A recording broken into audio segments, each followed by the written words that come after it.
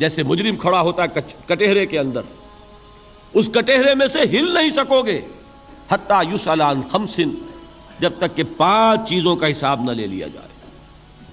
وہ 5 چیزیں کیا ہیں؟ کان کھول کر سنیے۔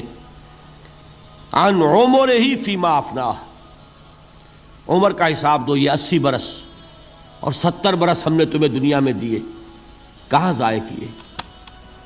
وعن شبابہ فیما ابلاہ، اور خاص طور پر جوانی کا دور، امنگوں کے دن، ولولے ہوتے ہیں، قوت ہوتی ہے، توانائی ہوتی ہے، آدمی چلتے ہوئے زمین پر پاؤں مارتا ہے، قوت جو ہے وہ اپنا اظہار چاہتی ہے۔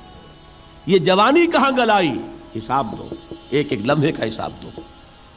وَعَن مَالِهِ مِنْ أَيْنَ اكْتَسَبَهُ وَفِيمَا أَنْفَقَهُ، ایک ایک پائی کا حساب دو، مال کا کہاں سے کمایا تھا، حلال سے کہ حرام سے، اور کہاں خرچ کیا تھا، گل چھروں میں، عیاشیوں میں، یا نیکی کے کاموں میں، ادائے حقوق میں، اللہ کے دین کے لیے۔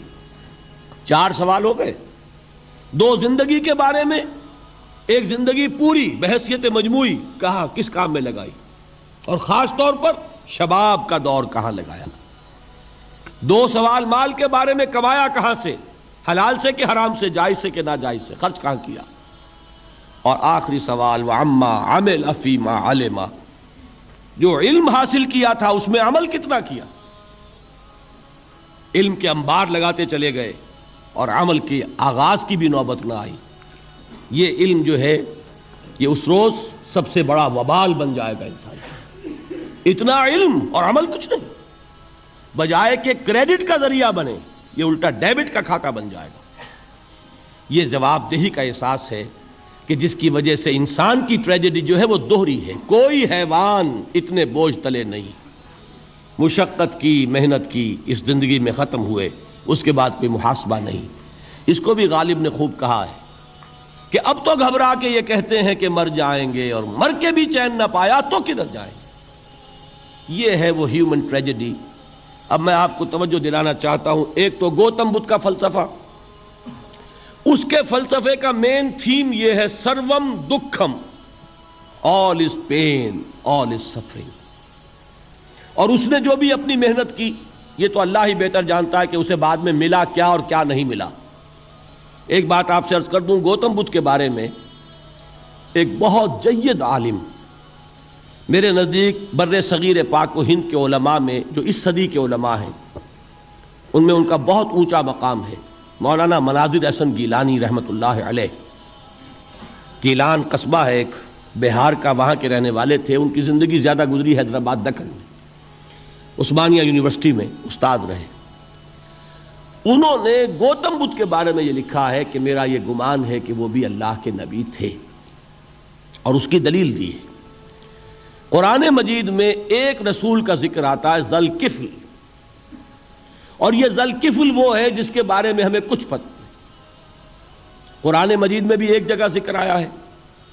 نمبر 2 یہ کہ کسی حدیث میں اس کی کوئی ہمیں وضاحت نہیں ملتی، نہ حضور سے پوچھا گیا نہ حضور نے اس کی وضاحت فرمائی۔ اب یہ ذوالکفل ہے کون؟ تورات میں جو نبیوں کے نام آتے ہیں ان میں سے کسی نبی کا نام ذوالکفل کے آس پاس نہیں بنتا کہ یہ سمجھا جائے کہ یہ اس نام کی بگڑی ہوئی یا بدلی ہوئی شکل بن گئی ہے۔ تو انہوں نے جو کہا ہے وہ بات وزنی معلوم ہوتی ہے اس اعتبار سے کہ کپل وستو، کپل، پے جو ہے وہ عربی میں ہے نہیں، وہ فے بنتی ہے، تو ذوالکفل کے معنی کفل والا، اور یہ کفل جو ہے کپل، کپل والا، جس کو ہم کہتے ہیں کپل وستو کا شہزادہ۔ تو انہوں نے یہ کہا ہے کہ گوتم بدھ کے بارے میں یہ خیال، یہ میں عرض کر دوں کہ اس کو ہم یقین سے نہیں کہہ سکتے، یہ ان کا گمان ہے، خیال ہے، واللہ عالم کہیں گے ہم، لیکن امکان ضرور موجود ہے۔ قرآن کہتا ہے وَلِكُلِّ قَوْمٍ ہاد، ہم نے ہر قوم میں ہادی بھیجے، وَإِن مِّن قَرْيَةٍ إِلَّا خَلَا فِيهَا نَذِيرٌ، کوئی بستی ایسی نہیں دنیا میں جس میں کوئی نہ کوئی خبردار کرنے والا نہ آیا ہو۔ تو یہ ممکن نہیں ہے کہ وہاں نبی نہ آئے ہوں، لیکن ان کی تعلیمات اتنی بدل گئی ہیں کہ ہم ان کو پہچان نہیں سکتے۔ حضرت مسیح علیہ السلام کی تعلیمات اگر عیسائیوں سے ہم سمجھیں تو کبھی بھی انہیں اللہ کا نبی نہیں مان سکتے۔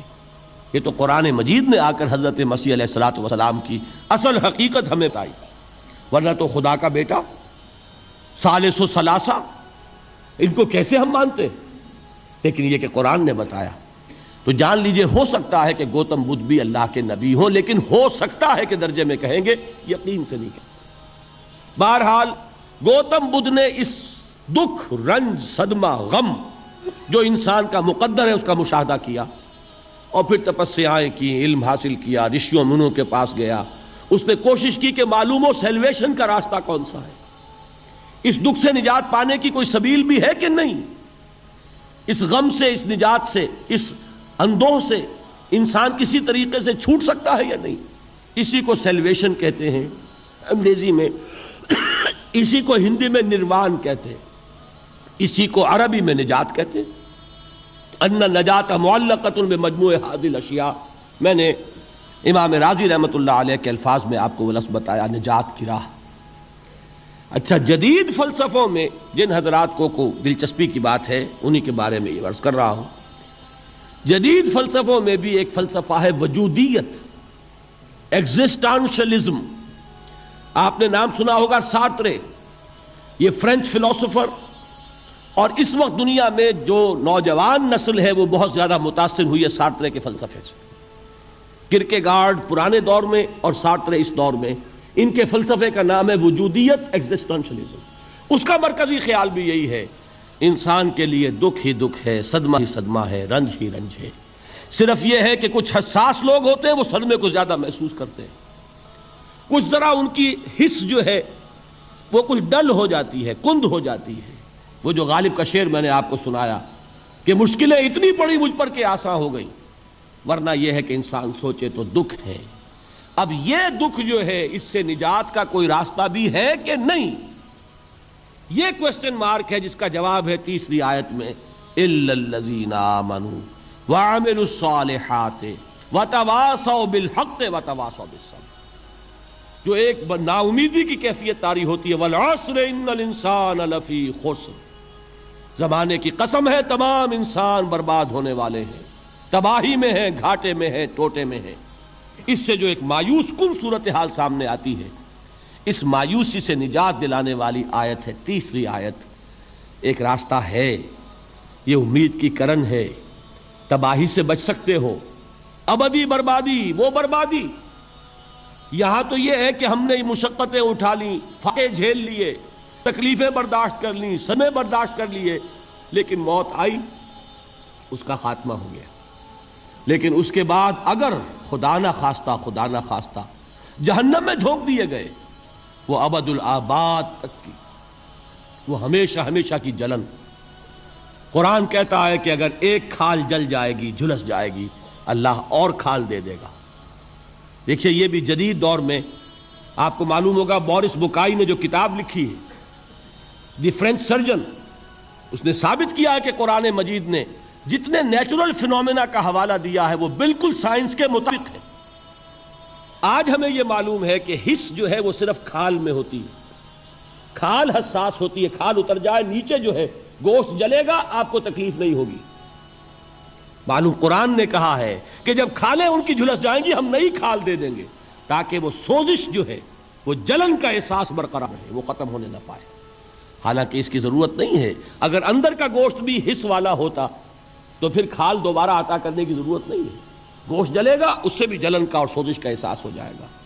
لیکن قرآن کہتا ہے کہ نہیں، کلما نضجت جلودہم بدلنا لہم جلودا غیرہا، جب ان کی کھالیں جھلس جائیں گی، جل جائیں گی، ہم ان کی کھالیں بدل دیں گے تاکہ وہ سوزش برقرار رہے۔